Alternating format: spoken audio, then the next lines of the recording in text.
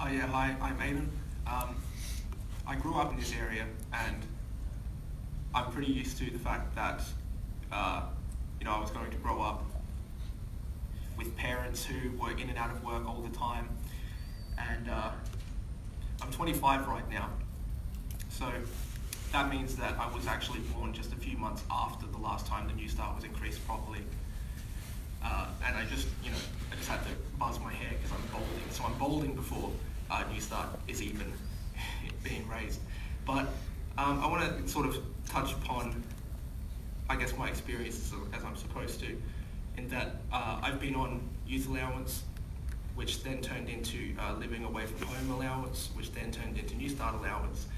When it comes to job agencies, I've been stream A, I've been stream B, I've been stream C, and I'm also now on the in the DES as well.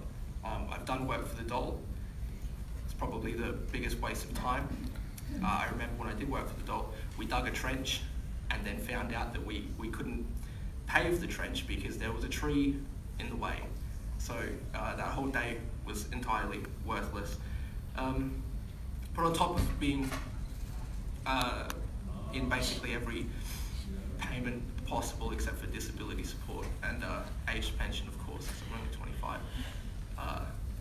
I have also experienced the effects of poverty as both someone in poverty and someone who volunteers at United Community. So I also volunteer and assist people who themselves are in probably worse situations than me.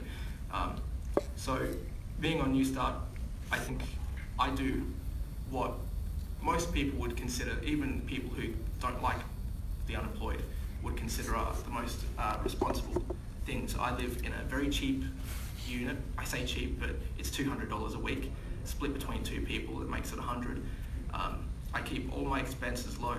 I make sure that I have a little bit of money put away every fortnight, not for any sort of vacation or anything like that, but just so I have something to cover incidental costs so I don't fall into debt, because I'm very worried that if I fall into debt at some point, being 25, it's only going to spiral out of control by the time I'm 30, 40, whatever it may be.